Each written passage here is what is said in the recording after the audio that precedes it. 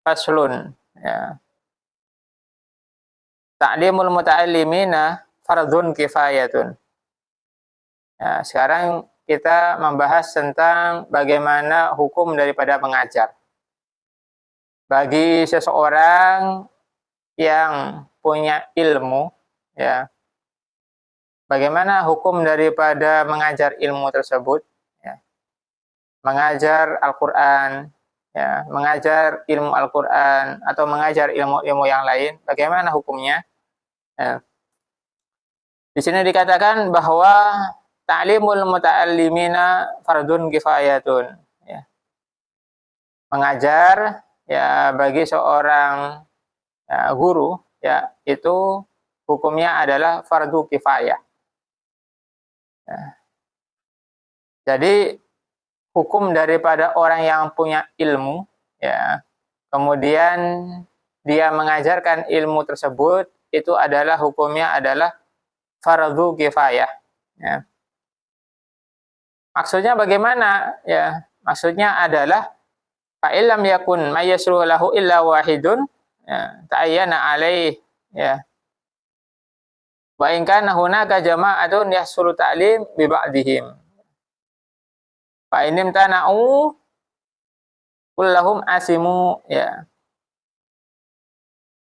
Kalau misalkan ya seorang yang punya ilmu tadi ya nggak ada di dalam kampungnya, misalkan di dalam golongannya tadi hanya satu, misalkan hanya satu yang bisa, hanya satu yang punya ilmu, hanya satu yang dia punya kelebihan ilmu daripada Allah Subhanahu wa taala, maka apa? Maka hukumnya wajib bagi dia, bukan fardu kifayah.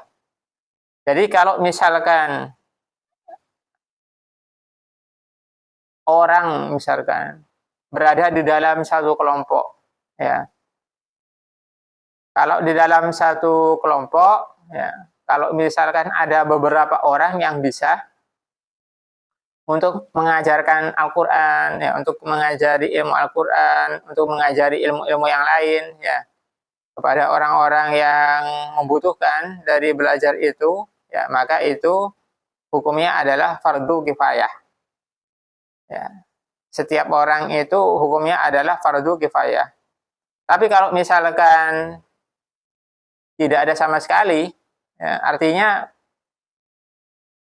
orang di kampung itu hanya ada satu dia yang bisa tentang ilmu, yang bisa ngajari Al-Quran, yang bisa ngajari ilmu Al-Quran, yang bisa ngajari suatu ilmu. Cuma satu orang itu aja di dalam kelompok tersebut atau di dalam kampungnya itu, maka bagaimana hukumnya? Maka hukumnya adalah wajib. Nah.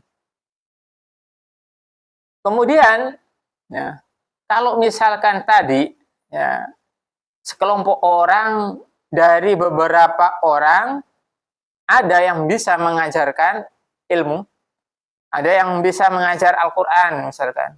Bukan cuma satu orang yang bisa, tapi beberapa orang yang bisa. Ini kan tadi hukumnya adalah fardu kifayah.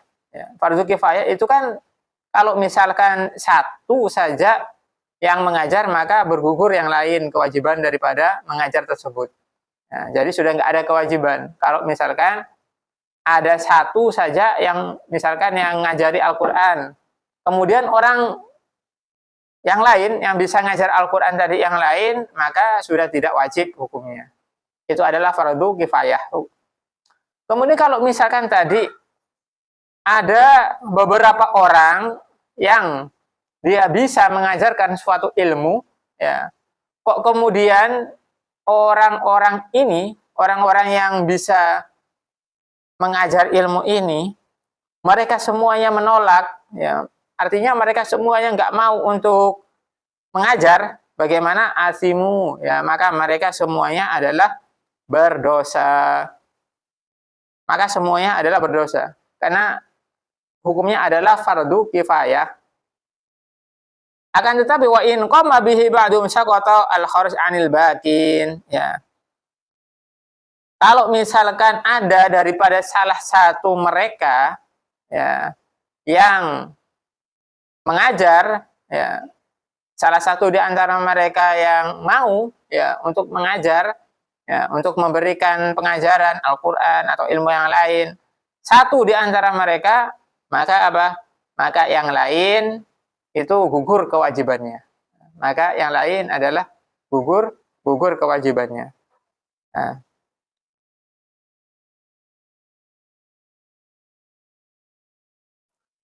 kemudian ya kalau misalkan ya wa in tuliba min ahadihim wamtana'ah, ya kalau misalkan di antara mereka tadi ya kan tadi sudah ada yang mau mengajar, maka yang lain bergugur kewajibannya ya. Tapi kalau misalkan salah satu di antara mereka yang tadi yang bisa ngajar ya tetap untuk ada yang minta untuk mengajar kok kemudian dia menolak ya. Padahal sudah ada tadi perwakilan yang sudah mengajar, tapi ada orang lain yang tetap untuk diminta untuk suruh mengajar ya. Kemudian orang tersebut menolak ya. Kenapa? Karena tadi sudah ada perwakilan yang sudah mengajar. Orang kedua tadi menolak. Bagaimana hukumnya? Fa'adharal wajahaini annahu la ya'sam. Ya, maka ada pendapat ya, yang mengatakan ya, bahwa dia tidak berdosa. Kalau misalkan tadi menolak dari permintaan tadi mengajar. Kenapa? Karena tadi sudah terwakilkan oleh satu orang yang sudah mengajar. Ya. Kemudian, tapi ada lagi yang mengatakan lakin yukrahu lahu zalik illam yakun lahu udrun.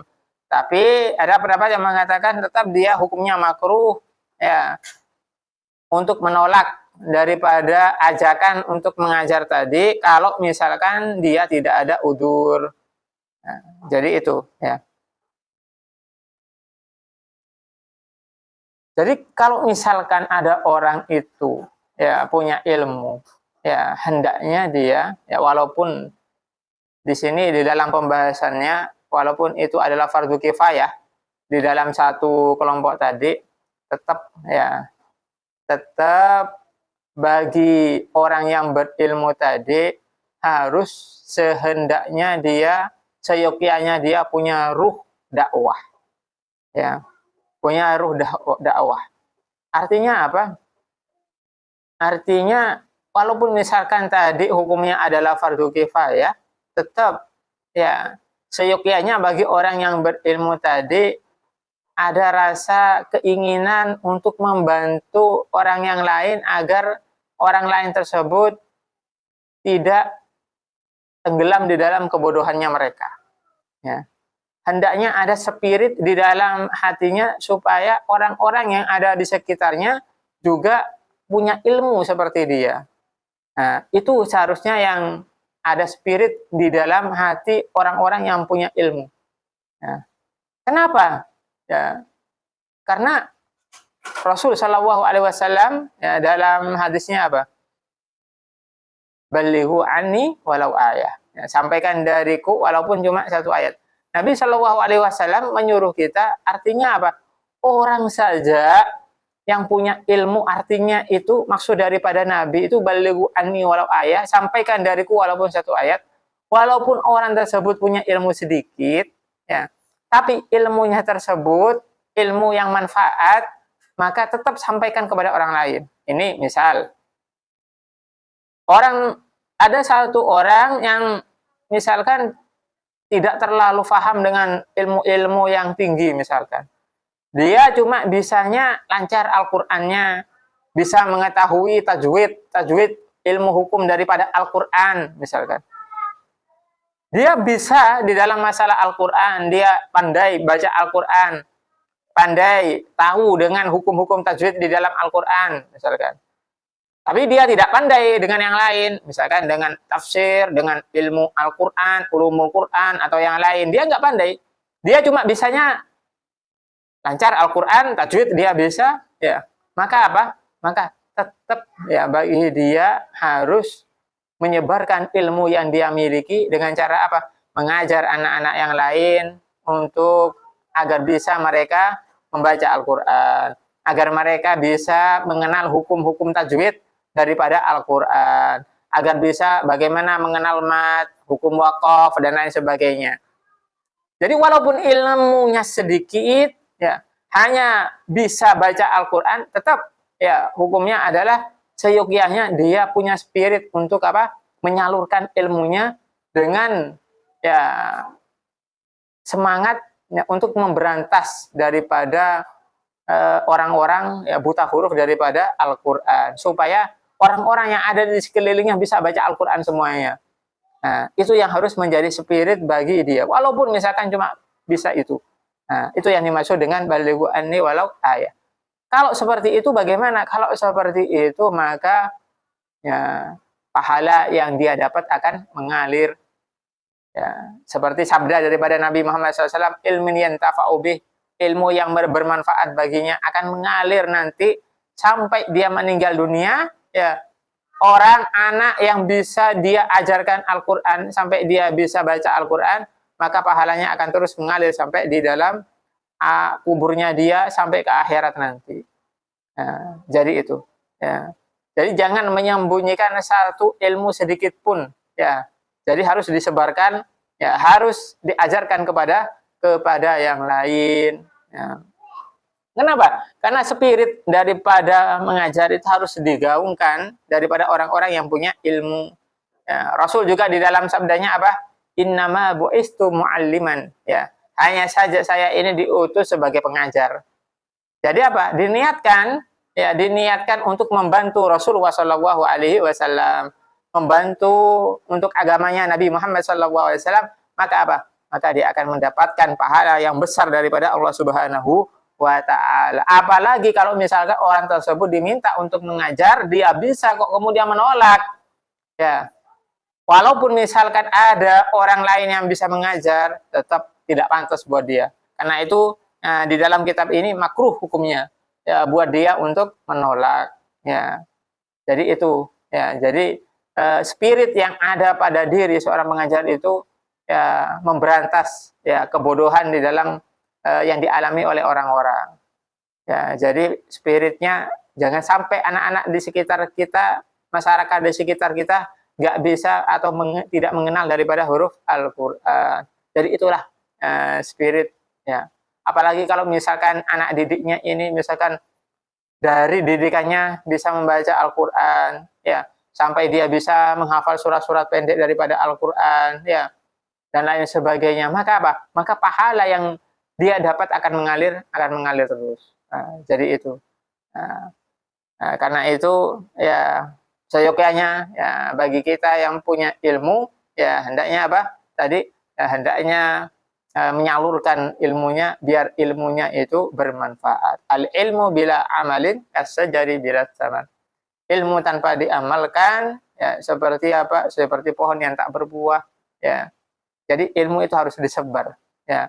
Ilmu itu harus diamalkan, diajarkan biar apa? Biar ilmunya itu manfaat dan barokah.